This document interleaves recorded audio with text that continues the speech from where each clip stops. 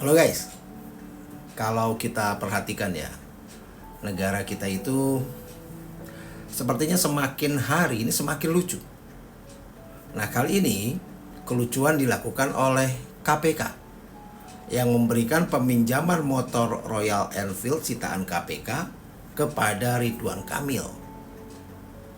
Jadi KPK ini kan tengah menangani kasus dugaan korupsi di Bank BJB ya, yang melibatkan sejumlah pihak, termasuk Ridwan Kamil. Nah, dalam proses penyidikan ini KPK menyita sejumlah barang bukti. Nah, salah satunya adalah motor Royal Enfield yang diduga terkait dengan aliran dana hasil korupsi. Nah, tapi yang ajaib dan lucunya adalah keputusan KPK untuk meminjamkan motor sitaan tersebut kepada Ridwan Kamil. Padahal motor itu masih berstatus barang bukti dalam penyidikan. Nah, secara prinsip ya, barang sitaan atau barang bukti ini kan harusnya dijaga keutuhannya dan diamankan secara ketat oleh penegak hukum agar tidak terjadi manipulasi, tidak terjadi penghilangan bukti-bukti ataupun penyalahgunaan selama proses hukum berjalan. Tapi dalam kasus ini KPK justru memberikan izin peminjaman motor sitaan kepada pihak yang sedang diselidiki, yaitu Ridwan Kamil. Ini kan aneh bin ajaib nih. How come bisa terjadi kayak gini ya? Jadi memberikan akses langsung kepada tersangka atau pihak terkait atas barang bukti yang disita, ini kan membuka peluang terjadinya manipulasi, penghilangan ataupun perubahan kondisi barang. Dan ini jelas bertentangan dengan prinsip dasar penegakan hukum yang mengutamakan integritas dan transparansi. Dan saya rasa ini sangat berpengaruh pada kredibilitas KPK. Jadi kita pertanyakan nih kredibilitas KPK-nya. Karena KPK sebagai lembaga anti korupsi yang seharusnya menjadi simbol ketegasan dan profesionalisme dalam penegakan hukum, justru terlihat sangat longgar dan sangat tidak tegas dalam mengelola barang bukti. Peminjaman motor sitaan kepada tersangka ini kan dapat menimbulkan persepsi negatif di mata publik bahwa KPK tidak konsisten atau bahkan terkesan melindungi pihak-pihak tertentu atau bahkan kompromistis gitu. Nah, barang bukti yang masih berada di tangan tersangka ini kan berpotensi mengganggu kelancaran proses penyidikan. Ya, misalnya motor bisa saja dipindahkan gitu, atau diperbaiki atau apapun namanya gitu, atau bahkan dijual tanpa sepengetahuan penyidik yang tentu akan menghambat pembuktian di pengadilan.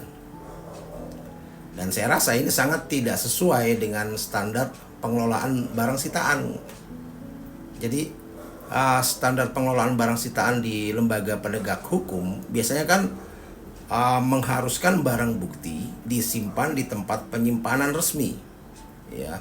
Jadi ada tempat resminya lah gitu ya, gudang atau apapun yang aman dan terkontrol gitu.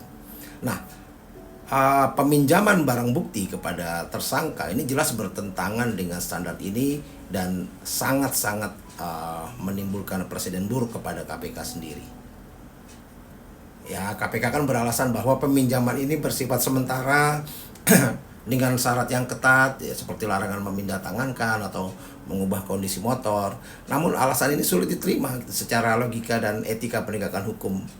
Jika memang motor itu penting bagi penyidikan, seharusnya disimpan di tempat yang aman dan hanya bisa diakses oleh penyidik. Nah, jika motor itu digunakan oleh tersangka, hal ini kan justru melemahkan posisi KPK dalam membuktikan kasus korupsi ini. Jadi bingung aja kok harus banget gitu Ridwan Kamil menggunakan motor itu.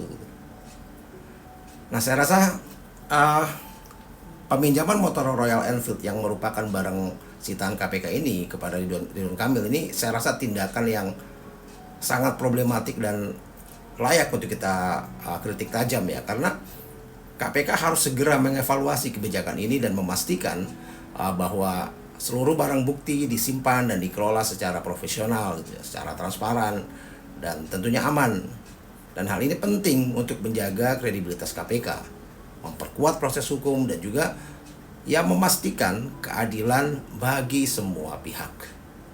Dan KPK saya rasa juga perlu memberikan penjelasan terbuka kepada publik mengenai alasan dan mekanisme pinjaman ini.